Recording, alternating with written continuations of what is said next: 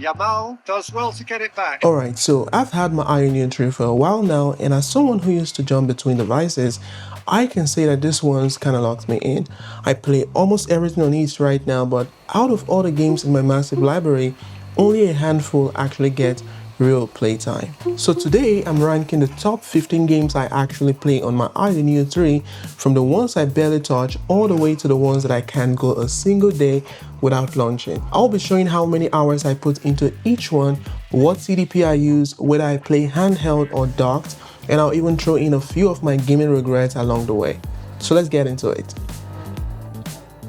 So starting off strong at number 15 is Forza Horizon. Now I know a lot of people love this game. It used to be an Xbox exclusive, but it's now available even on a PS5. It's beautiful, the cars are shiny, the soundtrack is vibes, but for me it's kind of like GTA 5 but strictly for cars.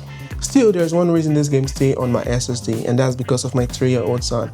He loves it, like legit lights up whenever I start racing. So sometimes I just fire it up, hit 300 km per hour down a highway, crash into a few fences, and that alone makes us whole day. And honestly, that alone is worth keeping this game installed on my AYANEO 3. I usually play it handheld mode on the couch at 15-watt TDP, just chilling. Sometimes I dock it, plug in the eGPU, and admire how clean it looks on a big screen. But realistically, I play it maybe once every few weeks and only for a few minutes. And coming in at number 14 is a game that I wanted to play so much more than I actually do. Miles Morales is one of my favorite characters in the Marvel universe, and I was super hyped when I got the game at first. But for some reason, every time I launch it, I just swing around New York City for about 2 minutes and go, yeah, that's enough for now. The graphics are solid, it runs great, even docked or handheld at 15 to 18 watt TDP, but I think what's missing is that pull to keep playing. Like, it feels amazing moment to moment, but somehow it's like having cake when you're already full. Looks good, but I'm not always in the mood. Still, I'm keeping it installed because, well, it smiles, right? And when I do play, even if it's rare, I always end up smiling. So it's earned a spot on this list. Well, Alright, coming in at number 13 is Assassin's Creed Origins. Now, I grew up loving the AC franchise, sneaking through crowds, climbing ridiculously tall towers for no reason, and of course, jumping off them like knees aren't real. So when I saw Origins was on sale, I instantly added it to my Steam library. Like, yep, I'm gonna relive this ancient Egypt fantasy. But let's be honest, 5.7 hours in and it's collecting more digital dust than a pyramid. The game looks amazing though, the sun reflecting off the desert sand, the architecture, it's a visual feast. I usually play it in handheld mode at 18-watt TDP with mid to high settings, and I've tried it docked a few times, thinking maybe it would hype me up more with the bigger screen and the eGPU helping out. But nope, I just end up looting a few camps, petting a camel, and turn it off. Still, I want to like it more than I do. I think it's just that every time I sit down to play, I realize how huge the map is, and I immediately feel like I need a week off work just to finish the intro mission. Now, number 12 is Red Dead Redemption 2. And I already know some of you are going to roast me in the comments for this, okay?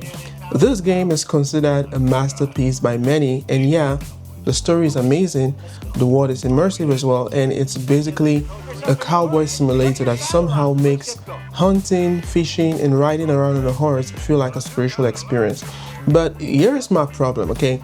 I feel it's too immersive and I don't have the time for it. So I play it once in 2 weeks, usually docked at 18-watt TDP with the eGPU, but every time I do, I end up in a cutscene that lasts what seemed to be like forever and feel like I just watched half a movie. Also, the gameplay and the movement feels really slow in my opinion. Still, it's so well made that I can't uninstall this game. I respect the game, I just don't have the emotional capacity for it right now. Okay, at number 11 is Zombie Army 4, and this one's more of a guilty pleasure, okay? It's chaotic, it's dumb fun, and sometimes that's exactly what I need. No huge cutscenes, no deep lores, no emotional baggage, just pure zombie blasting arcade vibes, you know? I mostly play this game in handheld mode on 15W TDP, and honestly, it runs great. Perfect for couch sessions where I just want to turn off my brain and shoot stuff. Docked? Rarely. It's more of a casual game, like a casual I'm bored and I don't want to think about anything type of game for me. But for what it is, Zombie Army 4 actually surprised me. The controls are tight, and there's something satisfying about landing headshots in slow motion, right? Would I recommend it though? Well, I'll say if you find it on sale, definitely. Just don't expect anything groundbreaking, just good, gory fun with this game. At number 10, we've got Space Marine 2. Now, this one was like love at first sight for me, okay? Bro, I don't even care that I'm not a hardcore Warhammer guy. The minute I picked this game up, I was like, yup, I mean, let's destroy everything, right? The action, pure chaos. The enemy, non-stop. The weapons, brutal. And the storyline, I'm not really sure. I was too busy swinging through waves of alien bugs like a madman, you know. I usually play this docked at first because, you know, that fast-paced third-person hack and shoot combo just feels better on the big screen. But on handheld, I stuck to 18W TDP at mid settings and it still ran pretty smoothly on my AYANEO 3. The only reason it's not higher on this list is because I already finished the game. Now I just boot it up once every 2 weeks, smash some monsters for stress relief and just log off, right? It's like gaming therapy at this point. But I gotta say, during the peak of my Warhammer phase, I was playing this minimum 4 times a week. It's actually one of those games that makes you feel like the loudest person in the room. And sometimes that's exactly the kind of energy that you need. At number 9, we've got the iconic GTA 5. I'm talking about the enhanced version. I know this may come as a surprise to some of you guys, but I only got 16.8 hours on this game, okay? Now let me explain. GTA 5 is like that friend who never left your group chat. It's always there, always tempting, always like, yo, just one mission. And suddenly it's 3 a.m. in the morning and you realize you haven't even done any mission at all. You've just been flying around, driving through, you know, mountains with a stolen car while being chased by the cops, right? I usually play it in handheld mode at 15W TDP, mid to high settings. It still looks great for a game that came out like 100 years ago. The optimization is surprisingly solid.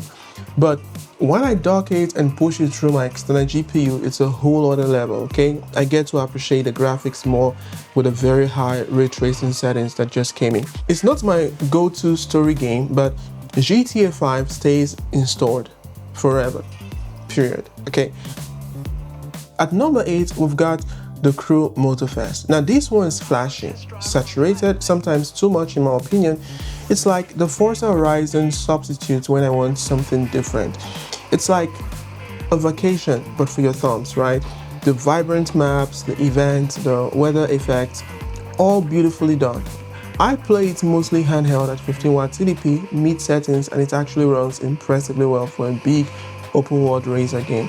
There is the occasional dock session, especially when I want that ultra vibrant OLED treatment, but the convenience of handheld mode is just too good to pass up. What's funny though is that I didn't even expect to enjoy this game, but once I started, it quickly became my go-to wind-down racing game. I play it at least twice a week, just vibing through the roads, switching between cars, planes, boats, and wondering how I got here instead of playing something more serious. So yeah, Forza might have the legacy, but the Crew Motorfest has got my attention.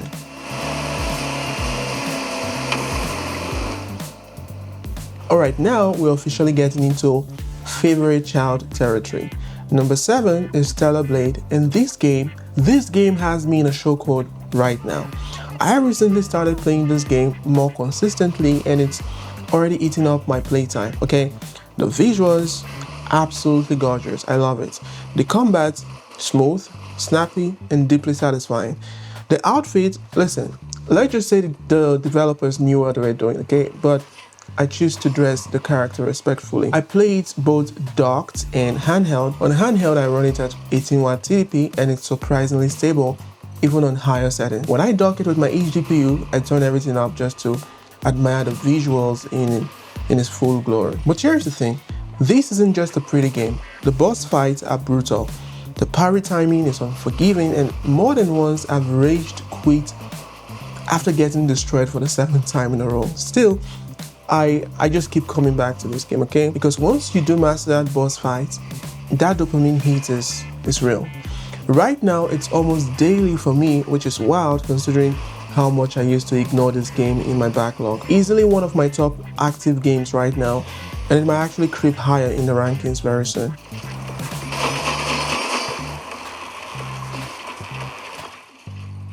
And at number 6, we have the chaos, the violence, the rage quits. It's Mortal Kombat 1, okay? This game is like my sometimes I just want to fight simulator.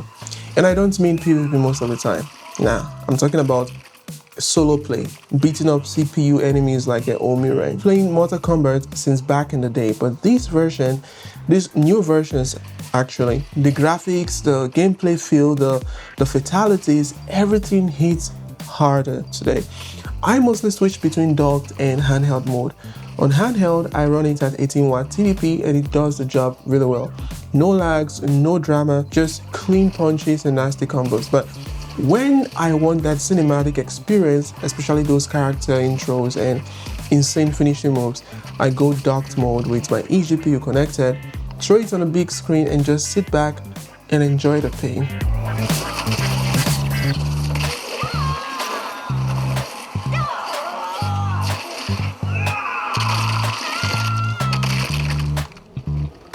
Next up at number 5 is a game that I didn't expect to like this much, and that is Middle-earth: Shadow of War. Now let me tell you something about me and Lord of the Rings.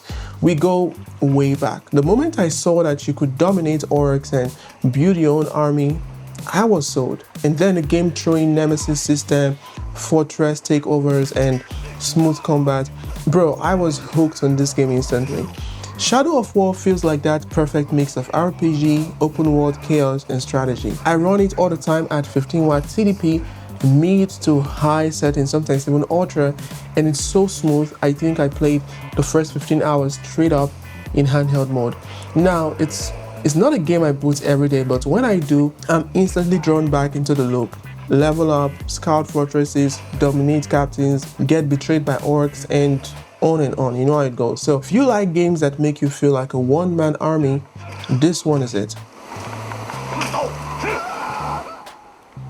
And yes, we've got DC Universe Online at number 4. Now, some of you may not know this game, and I already know some people are surprised that DC even made the top 15 list. But let me explain. DC Universe Online is comfort gaming for me. I've created a ton of characters over the years on several platforms since when it was released in 2010, which is like 15 years ago at this point. I was one of the OG DCUO players and it was a fun time. That time, believe it or not, this was the only game I had on my PS3. Long story short, this was my life from 2010 to 2014. Now, it's just a graveyard. Empty queues, pay to win nonsense, and honestly, kind of depressing sometimes, if I'm being honest. Every so often, I still boot it up, fly around Metropolis just to remember the whole days. What I love most is how well it's played in handheld mode. I've never even tried docking this game once, okay? It's kind of that chill, grindy experience that I just enjoy sitting on the couch, and you know, at even 10 watts sometimes, it runs super efficiently. DCUO might not be everyone's cup of tea in 2025, but for me, it's been a low-key favorite for years, and somehow I keep coming back to the game. Now next at number 3 is Hogwarts Legacy. Now I know I'm jumping numbers here, but trust me, this one deserves the number 3 spot. I already beat this on my PS5 and beat it again on my Asus ROG Ally X, and somehow I'm still playing it. The story, the spells, the vibes of just being in Hogwarts, it's next level. I mostly played it in handheld mode at 18 watt TDP, and the performance is pretty solid. The OLED display on the AYANEO 3 just makes the spell effect just look gorgeous. And yes, I dock it too sometimes, usually when I'm about to fight trolls or just take on big quests. That cinematic gameplay demands a big screen, if you understand what I mean. Now I mostly install modes, fly around, do a little magic, uninstall a troll, and just quit. I don't play that much anymore.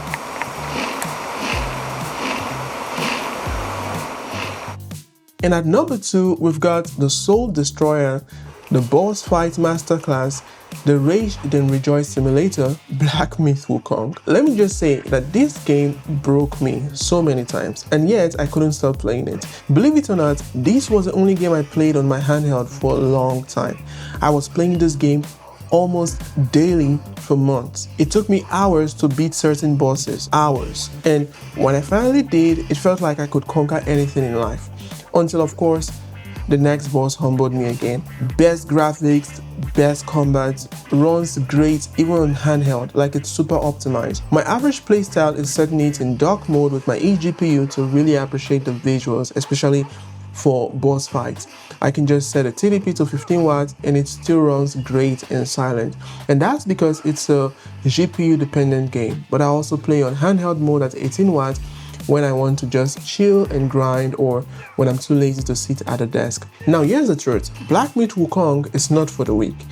It's not for you if you're impatient either, but if you love games that demand your attention and punish your mistakes, then this one is gonna be your obsession real fast, just like it did mine. I'm currently stuck at a boss right now, but trust me, this is the game. I call it the Addictive Loop Award winner.